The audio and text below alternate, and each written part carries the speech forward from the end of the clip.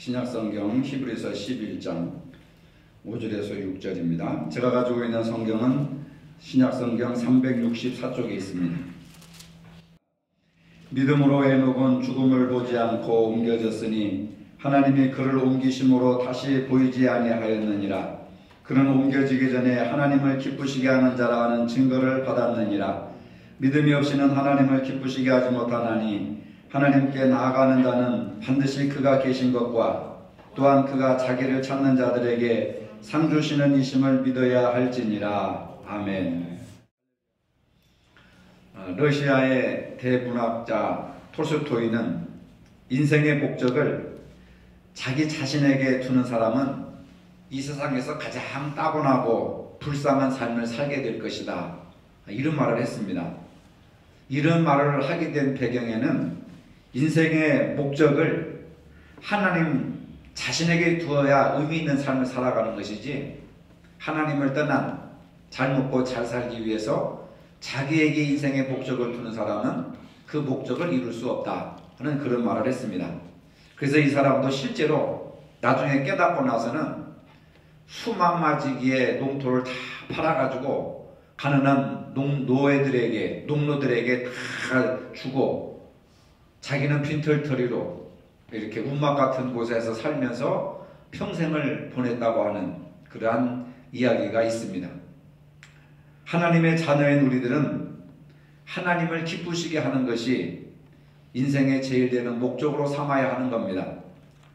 우리 신앙의 가장 기초가 되는 웨스트민스터 소요리 문답 1번에 보면은 이런 문제가 있습니다. 사람의 제일 되는 목적은 무엇이냐? 사람의 제일 되는 목적이 무엇이냐? 여기에 대한 답은 사람의 제일 되는 목적은 하나님을 영화롭게 하고 다만 그를 영원토록 즐기는 것이다, 이렇게 말하고 있습니다. 사람의 제일 된 목적은 하나님을 기쁘시게 하고 하나님과 영원토록 즐거운 생활을 하는 것이 인생의 가장 기본적인 목적이다 라고 이렇게 밝혀주고 있습니다. 이처럼 하나님을 기쁘시게 하는 것은 우리들에게 매우 중요한 일입니다. 예수님께서도 평생을 통해서 하나님을 기쁘시게 하셨고 바울 사도도 하나님을 기쁘시게 하는 인생을 살았습니다. 그러면서 이것이 우리가 힘쓸 일이라고 계속해서 강조를 하고 있습니다. 자녀는 부모를 기쁘게 하는 것이 자녀의 사명이고 하나님의 자녀인 우리는 아버지 되시는 하나님을 기쁘시게 하는 것이 믿음의 도리인 줄로 믿으시기를 바랍니다. 특별히 우리가 하나님을 기쁘시게 함으로 하나님의 은혜와 약속된 축복, 지혜와 평강을 받아 누릴 수 있는 비결이 바로 하나님을 기쁘시게 하는 생활이기 때문에 그렇습니다. 그래서 우리 2019년도 금년에 하나님을 기쁘시게 하라고 하는 그러한 또 이렇게 주제를 내걸고 어떻게 하면 우리가 하나님을 기쁘시게 할 것인가? 어떻게 하면 하나님의 마음을 기쁘게 해드릴 건가? 이것이 금년 한 해와 남은 여러분들의 생애 목표가 되시기를 바랍니다. 하나님께서는 믿음이 좋은 성도들을 가장 기뻐하십니다. 오늘 본문 6절에 보니까 믿음이 없이는 하나님을 기쁘시게 하지 못한다 라고 했습니다. 믿음이 없이는 하나님을 기쁘시게 할 수가 없습니다. 성도가 아무리 많이 모였다 해도 믿음이 없는 사람들이 모였다면 하나님께서 기뻐하시지 않습니다. 교회 건물이 아무리 크고 좋다 하도 믿음 없는 사람들이 모인 교회는 하나님이 기뻐하시지 않습니다. 교회에 헌금이 많이 나오고 유명 스타, 유명한 정치인들이 그 교회를 출석한다고 해도 그 교인들에게 믿음이 없다면 하나님께서 기뻐하시지 않습니다. 분쟁과 갈등만 있을 뿐입니다. 자기 이권과 자기 이름을 드러내는 그런 어처구니 없는 일들이 교회에서 비일비재하게 나타나는 것을 우리가 볼 수가 있습니다. 하나님께서 가장 기뻐하시는 교회가 되려면은 하나님을 기쁘게 하시는 믿음의 사람들이 많이 있어야 된다고 하는 겁니다.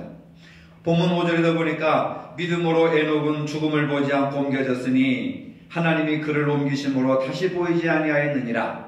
그를 옮겨지기 전에 하나님을 기쁘시게 하는 자라 하는 증거를 받았느니라. 에녹은 300년 동안 믿음으로 하나님과 동행하다가 죽음을 보지 않고 하늘로 올라갔습니다. 어느 날 하나님께서 그를 데려가셨습니다. 에녹이 하늘로 불려가기 전에 하나님을 기쁘시게 하는 자라고 하는 증거를 받았습니다. 우리가 평생 동안 신앙생활을 하는데 하나님께서 우리를 평가할 때 뭐라고 평가하실 건가?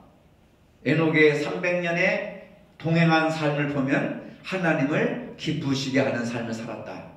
이것이 하나님의 평가입니다. 저와 여러분들은 하나님께 어떤 평가를 받기를 원하십니까? 하나님을 기쁘시게 하는 자였다. 하나님을 기쁘시게 하는 자는 하나님과 동행하는 삶을 살았다. 믿는 자들에게는 이러한 증거가 있어야 됩니다. 오늘 우리도 하나님을 기쁘시게 하는 자라는 증거를 가져야 될 줄로 믿으시기를 바랍니다. 믿음이 없이는 하나님을 기쁘게 하지 못합니다. 그러나 하나님께 나아가는 자는 하나님의 살아계신 것과 자기를 찾는 자들에게 상 주시는 이심을 믿어야 한다고 하는 겁니다. 믿음이 없이는 하나님을 기쁘시게 하지 못했는데 어떤 믿음을 가져야 되느냐? 어떤 믿음? 하나님께 나아가는 자는 하나님이 살아계신 것을 믿어야 되고, 그리고 자기를 하나님을 찾는 자들에게 상 주시는 이심을 믿어야 한다는 겁니다. 이 믿음이 하나님을 기쁘시게 한다. 에녹은 언제나 하나님이 나와 함께 하신다고 하는 사실, 하나님의 살아계셔서 나와 함께 하시고 싶어 하시고 나와 동행하고 싶어 하시고 나와 함께 하신다고 하는 사실을 알았습니다. 그래서 300년 동안 하나님과 동행했습니다. 에녹은 하나님께 나아갈 때 하나님이 살아계시다고 하는 사실을 분명히 믿었습니다. 그런데 하나님이 우리 눈에 보이지 않습니다. 우리 손에 잡히지 않습니다. 꿈속에서도 나타나지 않습니다. 그런데 뭘 믿겠다고 큰 소리를 우리가 치겠습니까? 그러나 믿음은 우리 눈에 보이지 않고 우리 손에 잡히지 않고 그래도 하나님의 계시의 말씀을 믿는 믿음에서 하나님이 지금도 공기처럼 우리 눈에 보이지 않지만 이곳에 임재해 계시고 우리와 함께 하시고 하나님께 나아가는 자에게 하나님이 큰 상을 내려주신다고 하는 이 믿는 태도가 중요하다고 하는 겁니다. 많은 분들이 형식적인 예배를 드린다면은 하나님께 기쁨을 드리는 예배가 될 수가 없습니다. 바로 이 시간, 이 자리에서 하나님께서 우리의 예배를 받으신다는 사실을 기억하시기를 바랍니다. 그걸 믿는 것이 믿음이라는 거예요. 하나님이 지금 이 시간 나와 함께 계신다고 하는 것을 믿는 것이 믿음이라는 겁니다. 참된 믿음은 지금 주님이 이 자리에 우리와 함께 계신다는 사실을 우리가 믿는 겁니다. 그래서 예수님의 이름이 임마누엘이라 하리라. 임마누엘은 하나님이 우리와 함께 계시다 하는 겁니다. 여러분, 이 시간에 하나님이 여러분과 함께 하시는 것을 믿으십니까? 매사에 하나님이 나와 함께 계시다. 그걸 좀 어려운 말로 뭐 코람데오, 또 뭐 현존, 실존, 뭐 임재의식 이런 말을 쓰는데 그것은 뭐냐? 하나님이 지금 이 순간 여기 함께 계신다. 그러면 증거를 보여달라. 우리 김원복 집사님이 제일 잘 쓰는 말, 안 보고 믿는 사람이 진짜 믿음이다. 보고 믿는다면 누가 그걸 안 믿겠습니까? 그러나 보지 않고 믿는 사람은 그게 진짜 믿음이라고 하는 겁니다.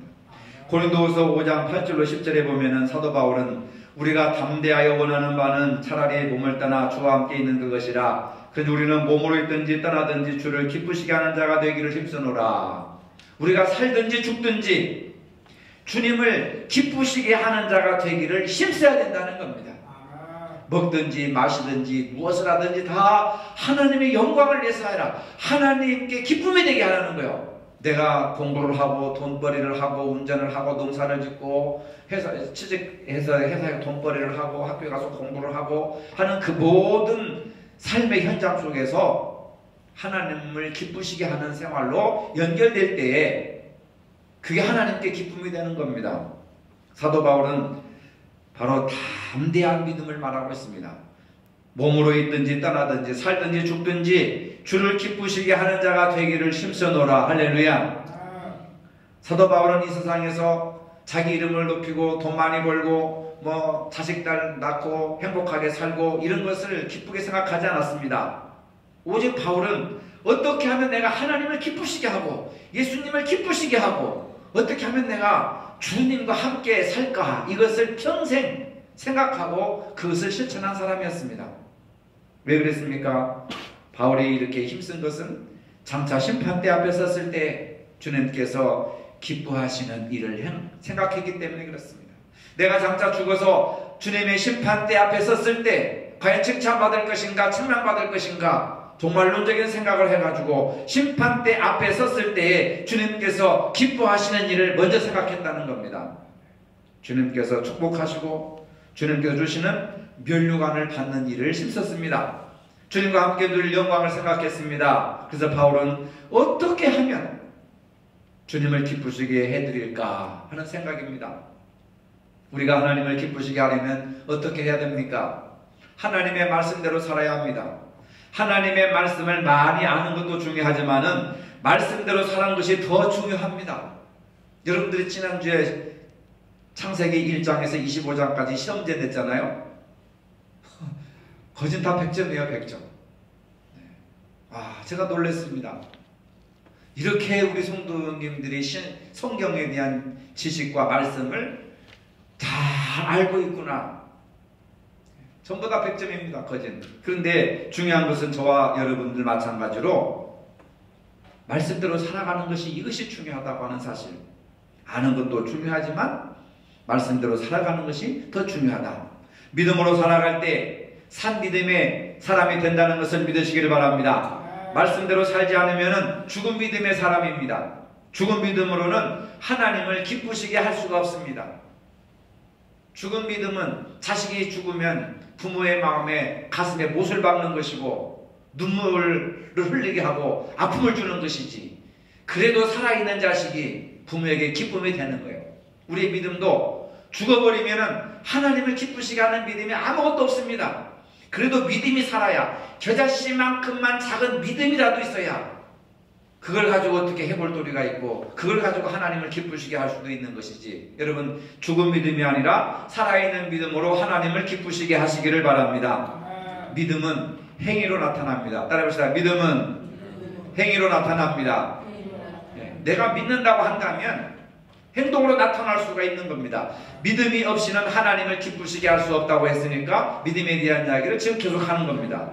행위를 보면은 믿음이 있는 사람인지, 행위를 보고 믿음이 없는 사람인지, 믿음이 좋은 사람인지 나쁜 사람인지, 믿음도 큰 믿음이 있고 작은 믿음이 있고, 칭찬드릴 만한 믿음이 있고, 책망드릴 만한 믿음이 있고, 산 믿음이 있고, 죽은 믿음이 있습니다. 믿음은 여러 가지 종류요. 그 뭐냐? 성도들의 믿음의 상태도 여러 가지 종류가 다 다르다고 하는 겁니다. 신앙생활의 표준은 하나님의 말씀입니다. 우리가 말씀대로 살면 하나님께서 기뻐하십니다. 우리가 말씀대로 살아갈 때 사랑과 축복을 받게 되는 겁니다. 신명기 28장에 보면은 말씀대로 살아가는 사람에게 성읍에서도 복을 받고 들에서도 복을 받고 들어와도 복을 받고 나가도 복을 받고 손으로 하는 모든 일에 복을 받고 자녀들이 복을 받고 떡반죽 그릇이 복을 받습니다. 복을 달라고 기도할 필요가 없습니다. 복 많이 받으라고 할 필요가 없습니다. 하나님께 달라고 하지 않아도 놀라운 축복을 이미 하나님께서 신명기 28장에 약속해 주셨습니다. 그 축복을 나의 것으로 만드는 방법은 말씀대로 순종하면 되는 겁니다. 말씀대로 살아가면 됩니다. 말씀대로 하면은 약속하신 복을 다 받을 수가 있습니다. 복을 달라고 뭐 빌거나 소원하거나 그럴 필요가 전혀 없습니다. 말씀대로 살면 됩니다. 왜? 약속해 주셨기 때문에. 우리는 지난 한 달 동안 아브라함부터 요셉까지 삶을 돌아보았습니다. 그들이 어떻게 축복의 근원이 되었고 그 자손들이 대를 이어서 어떤 복을 받았는지. 여러분, 사업에 성공하려면 말씀대로 살아가시기를 바랍니다. 행복한 인생을 살아가려면 말씀에 순종하시길 바랍니다. 건강하시려면 말씀에 순종하시길 바랍니다. 이렇게 사는 방법이 응답받는 최고의 비결입니다. 말씀대로 살면 주님께서 우리를 얼마나 기뻐하시고 우리를 얼마나 사랑하시는지를 알게 되는 겁니다. 말씀대로 사는 사람에게는 기쁨이 있고 행복이 있습니다. 얼굴에 기쁨과 행복이 있으면은 그 사람은 신앙생활을 잘 해나가는 사람입니다. 오늘 여러분의 마음을 불행하게 하고 또 불편하게 하는 일들이 무엇이 있습니까?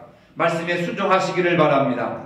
하나님을 기쁘시게 하려면 또한 하나님을 사랑해야 됩니다. 구약성경 신명기 6장 5절에서 너는 마음을 다하고 뜻을 다하고 힘을 다하여 내 하나님 여호와를 사랑하라, 이렇게 말씀하고 있습니다. 그냥 막연히 말로만 사랑하는 것이 아니라 마음을 다하고 힘을 다하고 뜻을 다하여 최선을 다하여 여호와 하나님을 사랑하라. 믿음은 사랑으로 나타납니다. 하나님을 사랑하는 마음이 있는지 없는지 보면 그 사람의 믿음이 있는지 없는지, 주님을 얼마나 사랑하는지를 보면 그 사람의 믿음이 좋은지 안 좋은지, 우량한 믿음인지 불량한 믿음인지를 알 수가 있습니다.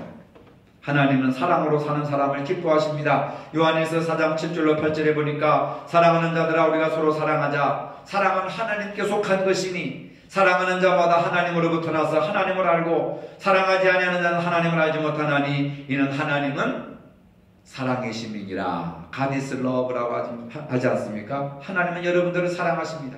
하나님은 우리를 사랑하십니다. 하나님은 여러분들의 가정을 사랑하십니다. 왜? 하나님의 속성은 사랑이라고 하는 그런 하나님이시기 때문에 그렇습니다. 사랑하는 사람은 하나님으로부터 난 사랑을 가지고 살아갑니다. 성령으로 거듭난 사람은 하나님의 사랑을 가지고 살아갑니다. 사랑은 땅에서 솟아나는 것이 아니라 하나님이 우리에게 은혜의 선물로 주시는 은사라고 하는 겁니다. 선물입니다, 여러분. 사람은 사랑할 수가 없습니다. 그러나 하나님이 우리를 사랑하셨기 때문에, 또 사랑하시기 때문에, 하나님이 우리를 용서하셨기 때문에, 또 용서하시기 때문에 우리가 사랑할 수 있고 용서할 수 있는 겁니다. 바로 이렇게 사는 사람은 하나님의 자녀들만 할 수 있습니다. 하나님을 아는 사람, 하나님을 사랑하는 사람, 사랑하지 않는 사람은 하나님을 알지 못하는 사람이라고 했습니다. 요한일서 3장 10절에 보니까 하나님의 자녀들과 마귀의 자녀들이 드러나나니 무릇 의를 행하지 아니한 자나 또는 그 형제를 사랑하지 아니하는 자는 하나님께 속하지 아니하였다. 무서운 말씀을 하고 있습니다. 주여 주여 한다고 하면 다 하나님의 자녀가 되고 천국에 들어가는 것이 아니라 그 형제를 사랑하지 아니하는 자는 하나님께 속하지 아니하였다. 하나님의 자녀가 될 수가 없다고 분명히 요한일서 3장 10절에 한계를 긋고 있습니다. 하나님을 사랑한다고 말하면서 형제를 미워한다면 이 사람은 거짓말하는 사람입니다. 눈에 보이는 형제도 사랑하지 못하고 어찌 눈에 보이지 않는 하나님을 사랑할 수 있겠느냐? 거짓말하는 자로다. 요한은 분명하게 강조하고 있습니다. 하나님을 사랑하는 사람이 하나님의 자녀이고 하나님을 사랑하지 못하고 이웃을 사랑하지 못하는 사람은 하나님의 자녀가 될 수가 없다고 말씀하고 있습니다. 마태복음 5장 44절 4절에 5절에 보면은 예수님께서 나는 너희에게 이르노니 너희 원수를 사랑하며 너희를 박해하는 자를 위하여 기도하라. 이같이 한즉 하늘에 계신 너희 아버지의 아들이 되리니. 원수를 사랑하고 자신을 괴롭히는 사람을 위해서 기도하는 사람, 소원성취를 위해서 우리는 기도 많이 하지, 자신을 괴롭히고 힘들게 하는 상황에 대해서 그 사람에 대해서 우리는 일을 하는 일수도 기도하는 법이 없잖아요. 그런데 성경은 예수님께서는 원수를 사랑하고 자기를 박해하는 자, 자기를 심지어 죽이려고 하는 자들을 위해서 기도하라. 이런 사람들이야말로 하나님의 아들이다. 여러분, 우리가 하나님의 아들이라고 하는 것을 무엇으로 증명합니까? 교회 다닌 지 20년, 30년 됐기 때문에요. 그건 부수적인 거예요. 중요한 것은 뭐냐? 말씀으로 우리가 사느냐, 아니면 말씀을 벗어나서 사느냐, 이것이 하나님의 자녀냐, 이방신의 자녀냐, 이 구분이 있는 겁니다. 로마서 12장 14절에도 보면은 너희를 박해하는 자를 축복하라, 축복하고 저주하지 말라. 이게 기독교라고 하는 거예요. 세상에 그 어떤 종교도 여러분 이렇게 깊이 있는 말씀을 하는 데가 어디 있습니까? 너희를 박해하는 자를 축복하라는 거, 축복하라. 용서하라고 하는 차원을 넘어서 너의 원수를 축복하라. 축복하고 저주하지 말아라. 이게 가능합니까? 하나님의 아들만이 일을 할 수 있다는 겁니다. 괴롭히는 자들을 축복하라고 하는 말씀입니다. 원수를 축복하라고 하는 말씀입니다. 인간적으로 생각할 때 매우 힘든 일이지만은 이러한 자세가 하나님이 기뻐하시는 자세이기 때문에, 하나님이 원하시고 하나님께서 그 자녀들에게 기뻐하시는 일이기 때문에 마땅히 우리가 해야 할 일이라는 겁니다. 나는 하기 싫지만, 나는 못하지만 하나님의 명령이고 하나님 아버지의 말씀이기 때문에 마땅히 자녀들은 부모의 말씀에 순종해야 되듯이 하나님께 순종하라는 겁니다.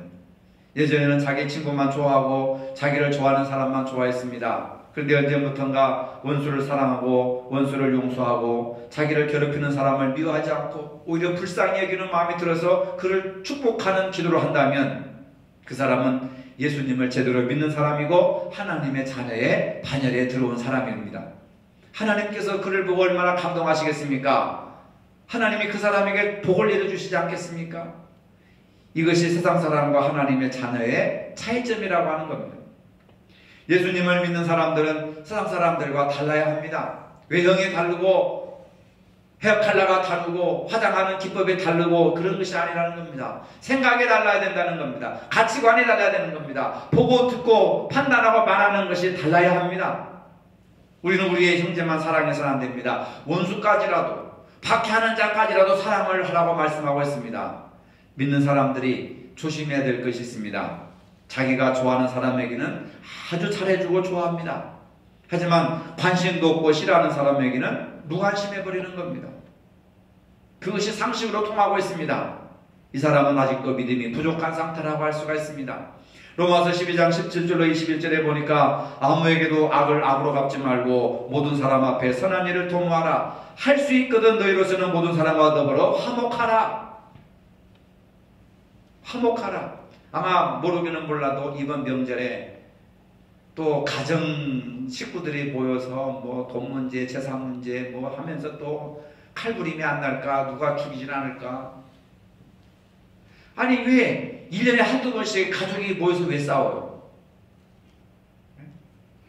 원수들까지도 사랑하라고 했는데, 박해하는 자리에서 축복기도 하라고 했는데, 믿음을 가진 사람들이 왜 형제들이 잔치에 모이고 명절에 모이면 왜 멱살 잡고 왜 주먹 다짐하고 왜 싸우고 불화하고 부모님 마음에 못을 받고 왜 그러는지 모르겠습니다. 그래서 할 수 있거든 선한 일을 도모하고 할 수 있거든 모든 사람들과 더불어 화목하게 지내라. 제사 지내는 것은 조상과 화목하게 지내는 거 아닙니까? 죽은 조상과 화목하게 지낸다면서 제사 지내놓고 술 먹고 형제들끼리 싸우면은 이게 무슨 화목이에요 이게. 참으로 어리석은 짓들입니다. 제사를 지내지 말든지. 이런 우리 믿는 사람들은 선한 일을 할 수 있으면 선하게 살고 할 수 있으면 모든 사람과 더불어 화목하고 화평하시기를 바랍니다. 내 사랑하는 자들아, 내 사랑하는 아들아, 너희가 친히 원수를 갚지 말고 하나님의 진노하심에 맡기라. 억울한 일을 당하셨습니까? 하나님께서 갚아주실 것입니다. 우리가 보복하지 말아야 합니다. 보복하려다가 우리가 다칠 수도 있고 더 우리 자신이 악해질 수가 있습니다. 왜? 감정의 동물이니까. 보복하는 것은 하나님께 맡겨라는 겁니다. 원수 갚는 것은 하나님께 맡겨라는 겁니다. 하나님이 갚아주신다고 하는 거예요. 우리가 심판자가 돼서는 안 됩니다. 우리가 할 일은 마땅히 사랑하는 일입니다. 원수가 배고파하거든 먹을 것을 주고 목말라 하거든 마실 것을 주며 원수를 사랑하라고 하는 겁니다. 기독교가 이런 우월한 윤리와 도덕을 가지고 있음에도 불구하고 오늘 한국 사회에서 기독교 하면 사람들이 부정적인 이미지로 부정적인 생각을 갖는 것은 뭐냐면 하나님의 말씀대로 사는 기독교인들이 별로 없기 때문에 그렇습니다. 원수가 배고파하거든 먹이고 목말라 하거든 마실 것을 주며 원수를 사랑한다면 왜 세상 사람들이 기독교를 욕하고 부정적인 이미지로 생각을 하겠습니까? 악에게 지지 말고 손으로 악을 이기라고 합니다. 우리가 이 말씀대로 순종하면 하나님이 얼마나 기뻐하시겠습니까? 하나님의 자녀들은 마땅히 하나님의 말씀에 순종해야 됩니다. 하나님을 기쁘시게 하는 또 다른 하나는 열심히 전도해서 한 사람이라도 구원받게 하는 그런 마음에 힘쓰는 겁니다. 마태복음 28장 18절로 20절에 보니까 예수께서 나와 말씀하여 이르시되 하늘과 땅의 모든 권세를 내게 주셨으니 그러므로 너희는 가서 모든 민족을 제자로 삼아 아버지와 아들과 성령의 이름으로 세례를 베풀고 내가 너희에게 분부한 모든 것을 가르쳐 지키게 하라. 볼지어다 내가 세상 끝날까지 너희와 항상 함께 있으리라 하셨습니다. 여러분, 예수님께서 승천하시기 전에 누구와 항상 세상 끝날까지 예수님이 재림하실 때까지 누구랑 함께 하겠느냐고 했습니까? 말씀을 가르치는 사람과 세상 끝날까지 함께 하시겠다.